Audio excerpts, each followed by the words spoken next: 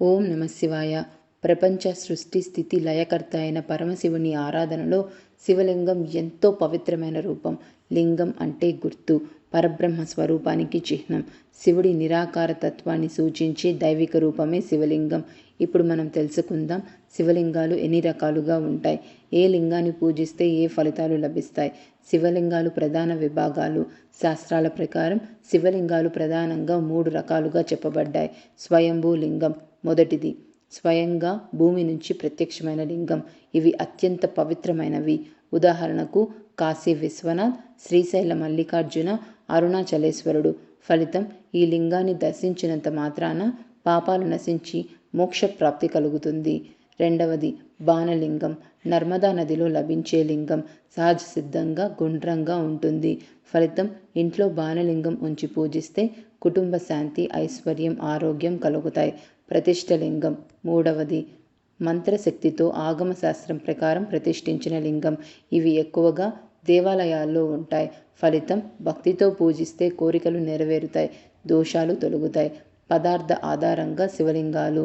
రాయి లింగం అనగా శిలాలింగం సాధారణంగా ఆలయాల్లో ఉంటుంది. ఫలితం: దీర్ఘాయుష్షు, కుటుంబ సిద్ధత్వం. రత్నలింగం వజ్రం, పచ్చ, మాణిక్యం వంటి రత్నాలతో చేసిన లింగం. ఫలితం: ధనాభివృద్ధి, వ్యాపారాభివృద్ధి.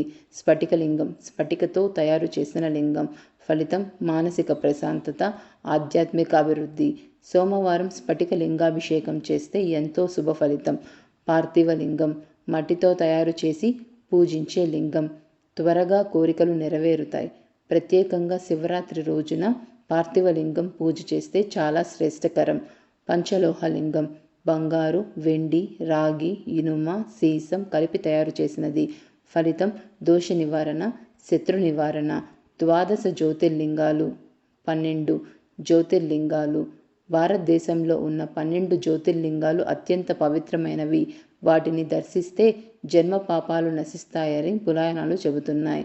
మొదటిది సోమనాథ్, 2 మల్లికార్జున, శ్రీశైలం, 3 మహాకాళేశ్వర్, 4 ఓంకారేశ్వర్, 5 కేదార్నాథ్, 6 భీమశంకర్, 7 కాశీ విశ్వనాథ్, 8 త్రయంబకేశ్వర్, 9 వైద్యనాథ్, 10 నాగేశ్వర్, 11 రామేశ్వరం, 12 కృషేశ్వర్.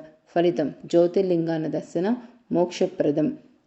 ప్రత్యేక లింగ ఫలితాలు: ఏకముఖి లింగం ఐశ్వర్యం, పంచముఖి లింగం శత్రు నివారణ, అర్ధనారీశ్వర లింగం దాంపత్య సౌఖం, మృత్యుంజయలింగం ఆరోగ్యం, అపమృత్యు నివారణ.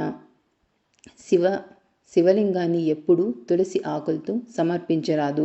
బిల్వపత్రం అత్యంత ప్రీతికరం. సోమవారం ప్రదోషణ కాలం, మహాశివరాత్రి రోజున ప్రత్యేక ఫలితాలు ఇస్తుంది. అభిషేకంలో పాలు, నీరు, తేనె, పెరుగు ఉపయోగించవచ్చు. శివలింగం ఏ రూపంలో ఉన్నా భక్తి, విశ్వాసం, శ్రద్ధతో పూజిస్తే శివుడు ఖచ్చితంగా అనుగ్రహిస్తాడు. భావగ్రహి జనార్దన అన్నట్టు భక్తి ఉంటే చిన్న పార్థివ లింగం కూడా మహా ఫలితాలు ఇస్తుంది. ఓం నమ శివాయ. మీకు మా వీడియో నచ్చినట్లయితే లైక్ చేసి, షేర్ చేసి, సబ్స్క్రైబ్ చేసుకోండి. మరిన్ని వీడియోల కోసం మా ఛానల్ని ఫాలో అవ్వండి. ధన్యవాదాలు.